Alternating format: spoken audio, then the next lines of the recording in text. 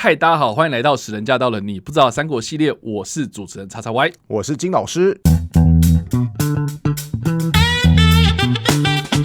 好的，我们这集要来聊聊的是《三国》这个电视剧的第21集。在这一集的最一开始，我们看到的是刘备讨伐称帝的袁术，袁术最后自杀而亡。那这个称帝失败的袁术在被除掉之后呢，曹操他面对的最大的敌人就是袁绍啦。这两者之间呢，开始有一些冲突啊。最大的一个冲突呢，就是袁绍他主动向曹操宣战，而且还特别找了一个人写了一个讨曹檄文哦。那这段过程当中呢，其实出现了很多不同的人物，也有出现很多一些小小的细节哦。那我们这一集呢，就要来好好探讨有关于这一集里面所提到的这些剧情，到底跟历史上有什么样的差别哦。那我就一开始很想问问看金老师哦，你看完这一集的内容之后呢，你有什么样的想法呢？我只能说我感触良多啦，尤其是这一集，很多时候想说，我的天哪，你怎么会这个样子演呢？当然，这部剧还是有很精彩的地方。首先嘛，我们刚刚前面有提到，他一开始是出现说袁术他就自刎而死。为什么袁术会自刎而死呢？回溯到上一集，就是曹操派刘备去借机镇压袁术。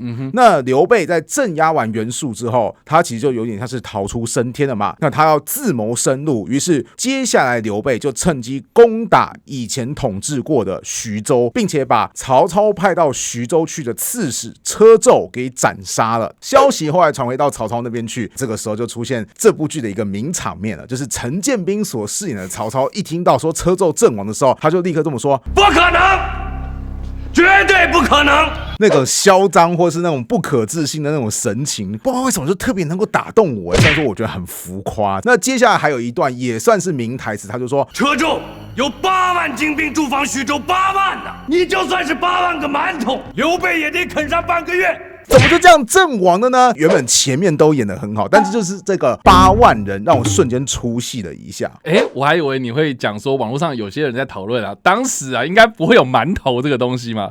也是啊，这个也可能是一个历史上的错误，但我也就认了。馒头这件事情我就不计较，我真正计较的是8万人。大家可以想到说8万人是一个什么样的概念吗？大家现在对于三国很多的印象就是大家都拥有很多的军队嘛，比方说就是曹操他会拥兵100万嘛，对不对？或是诸葛亮，其实《三国演义》有形容他出兵北伐的时候，麾下部队有30万人这么多。但很抱歉，小说是小说，现实是现实，其实双方有个巨大的差距。比方说吧，在小说当中有说袁绍在进攻曹操的官渡之战出兵多少呢？答案是出兵70万人。但是实际上史书是怎么形容呢？《三国志》里面记载袁绍在官渡之战所派出来的人马，答案是骑兵1万人，以及部族约10万人多一点点。也就是说，他的部队加起来大概才10万多出头而已，绝对也不会超过20万。那为什么小说写他有70万呢？第一个，因为70万听起来比较酷啊，对不对？你想想看，今天一场战争阵亡数千人，你觉得算不算惨烈？很惨啊。对啊，你就想想看，数千人摆在和平时代，这个数字出来，大家会俩拱。既然我们就是看到几百人的伤亡，可能都觉得心有余悸了，对不对？是啊。可是数千人的伤亡，如果你今天是一个要听评书的观众，你就会觉得说，好像也还好嘛，对不对？就会觉得说那冲击力好像不够。所以小说或是后来那种评书演绎的先生在讲的时候，他们就知道怎么样，要不断把数字给通膨化，就是说我告诉你这一战曹操出兵80万，孙刘联军出兵才5万人而已，结果呢5万打败80万，哇，曹操死了几十万人，那就是说哇天哪，那个曹操阵亡人数好多，他元气大伤，有感觉到嘛，对不对？没有最扯，只有更扯啊。对，没有错，毕竟这是艺术表现嘛。是。当然，其实你说现实当中历史上有没有真的会这种宣称说我有数十万大军这种状况呢？答案是有。那就涉及到第二个原因，就是为什么会说自己有数十万大军？答案就是虚张声势。在真正历史上，你派出几万人的部队，其实就是一个很强大的主力军了。结果你今天对敌人宣称说，我告诉你，我这一次哪是几万，我有30多万，那有可能能比方说他攻击的那一座城市，可能满打满算部队加起来都不到1万人，那他们听到就想说，天哪，外面有30几万人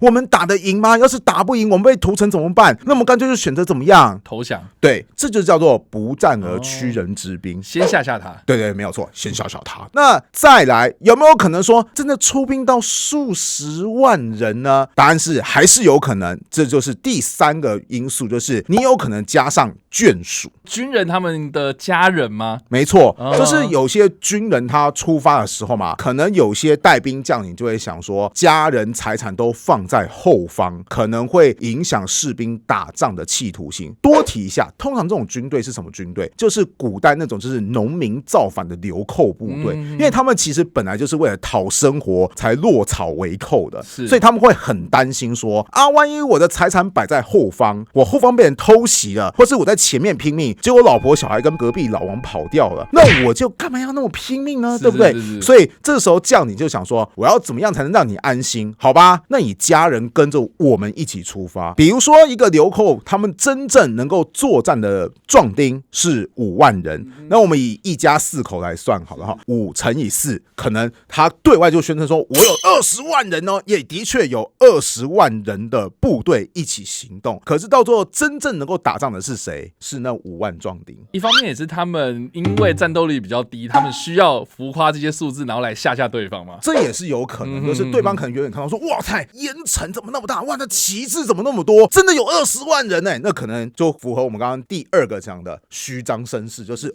太恐怖了，就投降了。这也是一个组合的原因啊。那有没有可能精锐部队真的可以到几十万人呢？还是有可能，但是这涉及到第4个，就是我以前的教授就跟我聊过说，小说当中常常会说出兵70万人马，注意这个是有玄机的。70万人马的意思是70万的人跟马，骑兵嘛，对不对？那你会带着马嘛，对不对？而且古代你需要有那个后勤运输啊，那后勤运输你叫人去扛吗？不可能嘛，你会怎么样？也是拉马嘛。对，拉牛啊，拉马。所以可能在古代战争的部队当中，马的人数跟人有可能是差不多，甚至是更多的也不一定。当然这些马可能会再更进一步区分，有可能是战马，有可能是驼马，也有可能是备用的战马。因为有些骑兵他为了要长途作战，他可能就是先骑着一匹马，然后旁边再拉着另外一匹马，甚至有可能会是一个人带3匹马。为什么呢？因为一个人骑马，另外一只马是备用的，第3只马用来干什么呢？放装备。所谓70万人马，我没有骗你哦。不过这70万人马当中，可能只有7万是人，其他都是牛跟马，所以这也是一种方式啦。总之，当初我看到这边就想说，啊，你曹操在徐州就有8万人哦，啊，如果参照史实的话，你官渡之战还会打得那么紧张吗？因为官渡之战，袁绍派过来史实当中的部队也才11万人多，10多万人而已。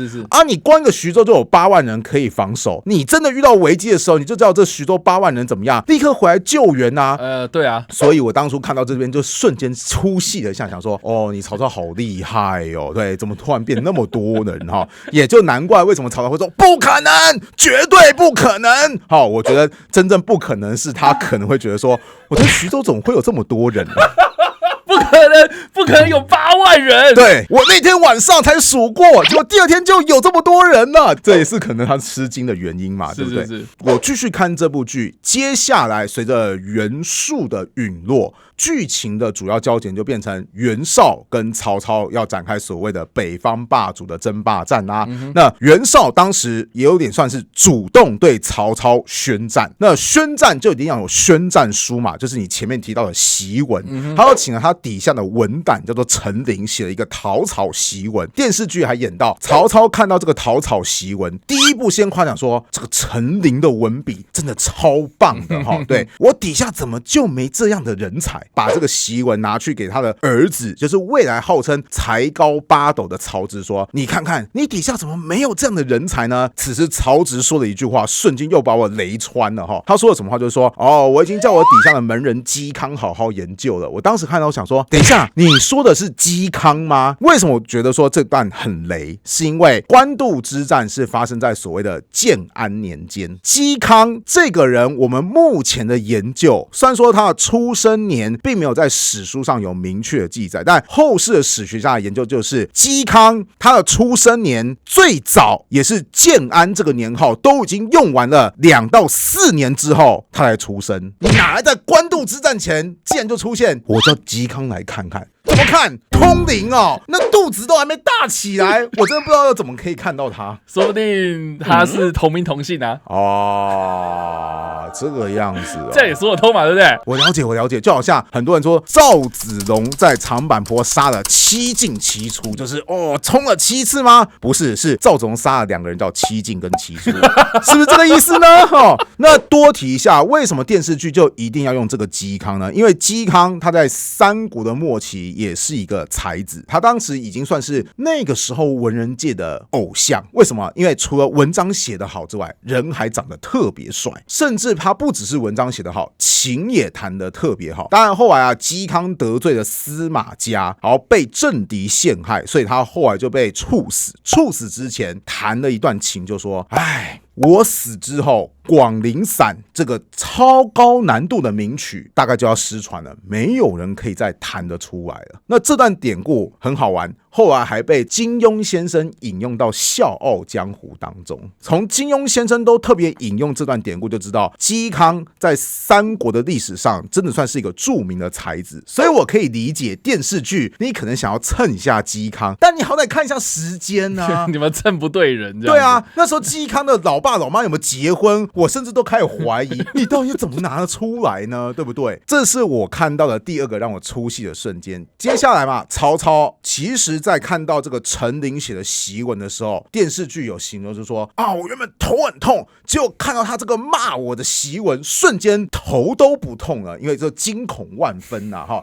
那在这集当中也很常描述曹操一直在头痛这个状况。是。那你有病该怎么办？吃药啊。对，有病就该吃药嘛，有病就该看医生嘛。所以在这个剧情的后半段，有个医生就登场了，叫做太医吉平。那历史上有没有这个人呢？答案是有，但其实他的错误也非常非常多。先说《三国演义》的确还是有提到吉平这个人，问题是就出在这个《三国演义》身上。那其实历史上在《后汉书》，吉平真正的名字叫做吉丕，曹丕的丕。你就想想看，古代嘛，你要看那么密密麻麻的书，罗贯中或者是更前面的人在创作的时候，那看得头晕眼花，然后就不小心把那个丕这个字想说这是平字，对不对？于是就直接把吉丕把它创作变成了吉平。这是第1个错误，就是你连名字都搞错。再第2个错误是什么呢？就是《三国演义》是描述说吉平其实非常非常讨厌曹操，讨厌曹操怎么办？他不是要吃药吗？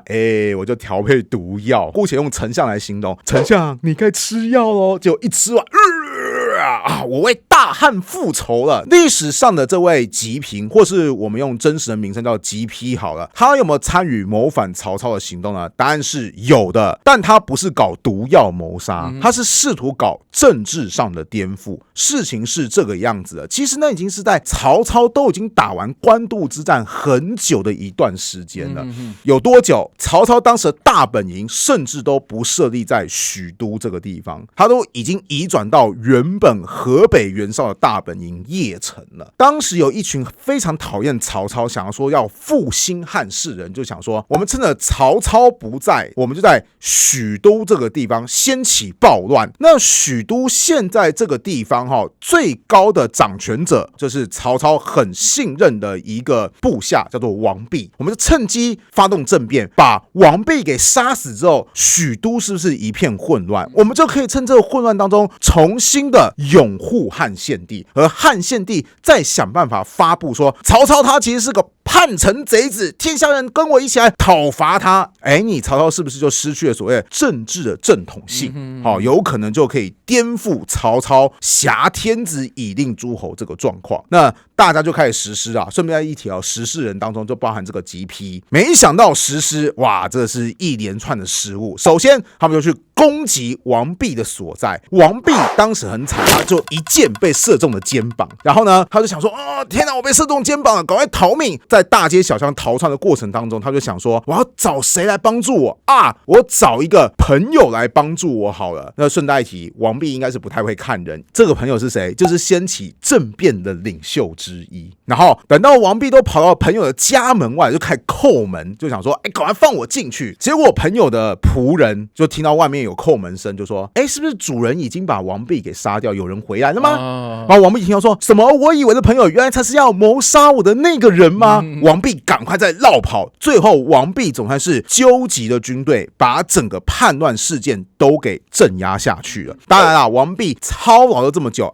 又中了一箭。古代没有抗生素其实中箭很容易感染所以王弼没过多久他也挂了。那吉丕也在这场政变当中，因为他政变失败，同样他也就死亡了。顺带一提，我们从这个事件当中又可以看到曹操与众不同的一面。因为曹操听到王弼死亡，他其实非常震怒。王弼是我的好朋友啊，他不只是我的部下，他还是我的私交，你们这样把他给搞死了。好，曹操后来就赶快去审问在许都的所有官员说，当时政变有人放火，你们在放火的当下做什么？你们有没有出来救火？有救火的人给我站在假设是左手边好了，没救火的给我站在右手边，我要看看你们当场反应是什么。那请问你是官员，你听到这个曹操都已经大发雷霆了，你会怎么反应？当然是站在那个有救火的那一边啊。对嘛，就显示说你看我要我有啦。对啊，我要维护丞相，我要维护曹操您的天下我不是政敌啊。所以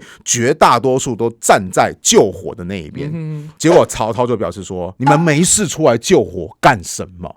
状况不明啊，你们也不知道这是一场政变，有没有可能古代就发生火灾？有可能啊，一场火灾怎么会让你们官员就出来救火呢？所以你们这些趁火就跑出来的官员，表面上你像跟我讲是救火，实际上怎么样？你是要配合政敌一起来搞死我，对不对？okay. 你觉得他讲的有道理吗？我觉得他就是存心想把这些人全部杀了。对，所以当时许都很多官员就因此被杀害了。Okay. 这算是整个政变事件的一个余波。可以看到晚年的曹操，你要说他本来疑心病重，现在已经病更重吗？是啊，还是说他当时真的是觉得说王弼既然死了，好，你们这些官员就算你们本身没错，可是让王弼死了，你们也还是算错，所以就顺便迁怒，随便找个理由就把你给挂掉。我猜啦，如果大家绝大部分都站在我没有救火啊，对我真的没救火，你们为什么敢不救火呢？他也是可以随便找个理由嘛，对不对？只能说在古代你得罪一个很有权势的君主，真的是个很麻烦的一件事情。所以总之呢，我看电视剧看到说这个是《三国演义》演到著名的吉平暗杀事件嘛，对不对？好啦，我不能说电视剧你有错，因为你就是照着《三国演义》演，但是其实《三国演义》本身就错误一堆。第一个名字有错，第二个谋杀的方式有错。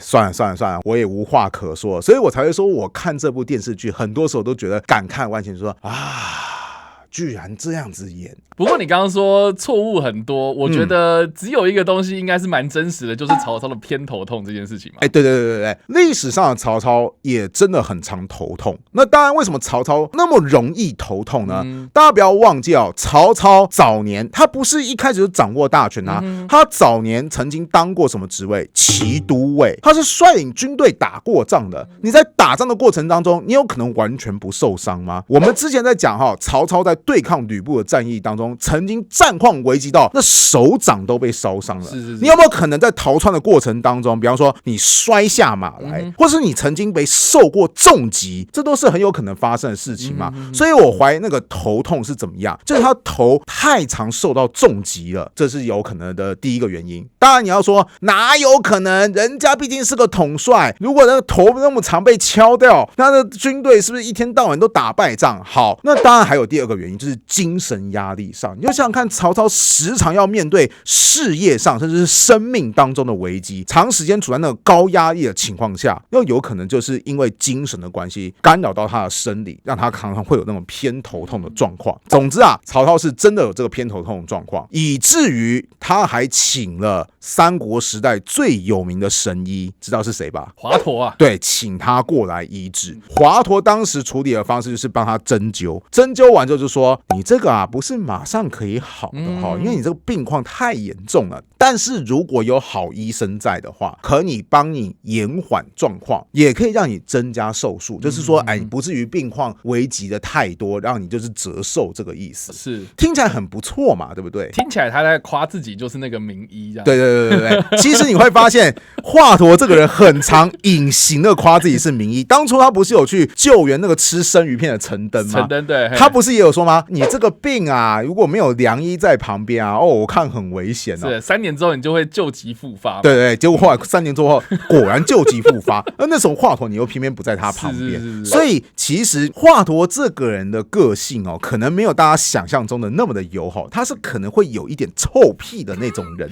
是，然后他历史当中也有形容过说，这个人的个性也比较刚，跟身旁很多人可能对于病患本身都不是一个感觉很友善的医生。那华佗后来可能觉得说，长时间如果都要待在曹操旁边，哎呀，我人生不自由啊，我不喜欢呐所以他就说，我要回家。我为什么要回家？我老婆病了病得都快死了对，所以我要先去救我老婆后来曹操就很常头痛嘛，头痛就想找医生嘛。华佗那么有效，再找他过来啊。结果华佗每次都说，哎呀，我很忙啊，我这边也没空啊。你很头痛对不对？你有没有要死？你也没死嘛，对不对？我老婆是真的快死了对，你有我老婆大吗？对不对？一连串的推脱之下，有一天有人就告诉曹操说，他老婆装病的啦，根本没病。然后曹操就整个火大说，我那么需要你晃点我半天。于是后来曹操就直接选择逮捕华佗，更在之后直接把他给处死了。华佗死后，他还愤愤不平的说，华佗他的确是能够治我的头痛，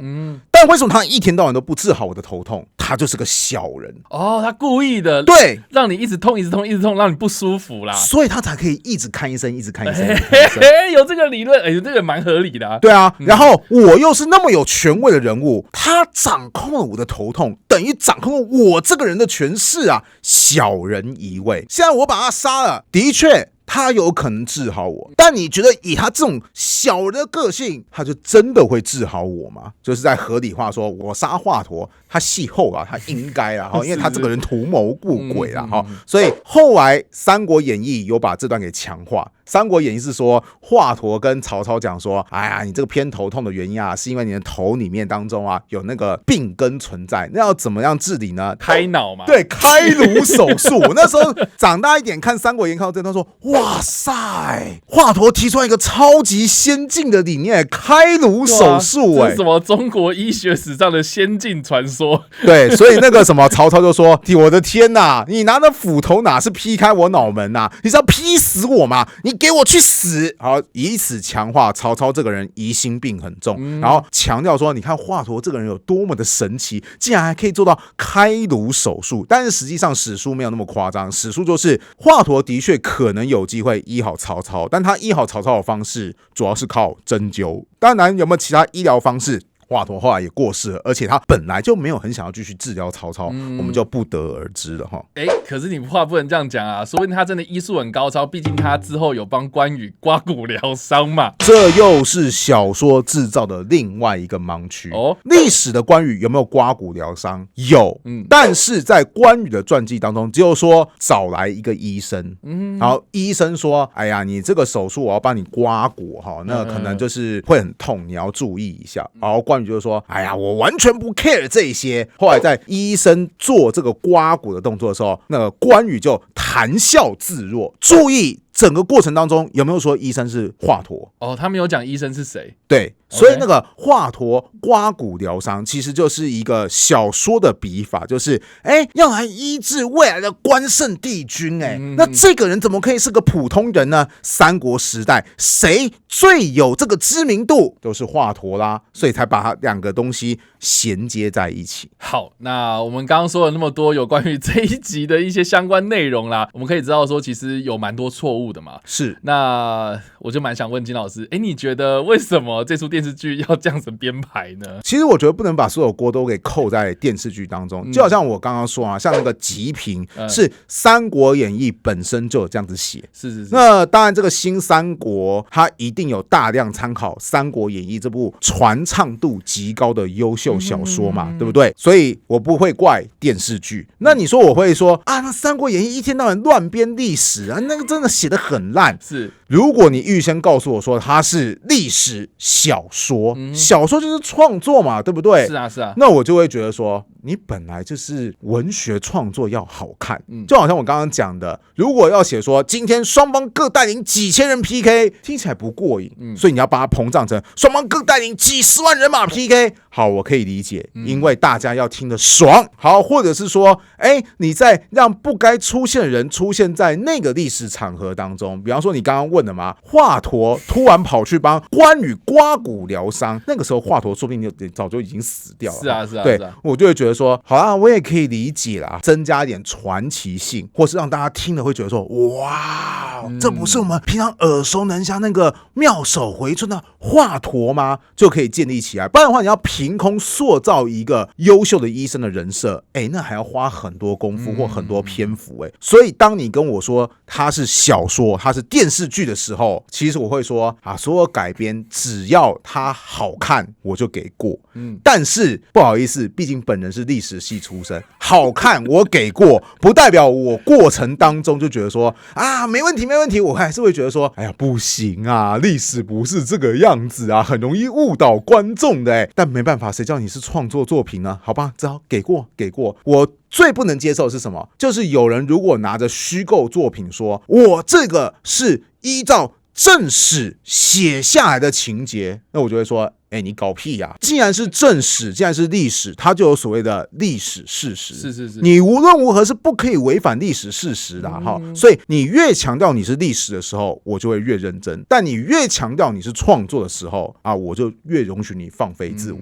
但还是那句话，不代表我就会全盘的在心情上会接受啦。不过我也先说，陈建斌倒是真的有娱乐到我了。我现在有的时候跟别人讲话，好，如果要故意夸张，不可能。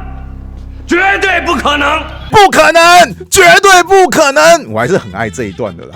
所以以上呢，这就是我们这一集的节目内容啦。不知道大家怎么想呢？欢迎在留言区帮留言，我们来跟你做互动跟讨论哦。你不知道的三国系列，我们下次再见，大家拜拜，拜拜。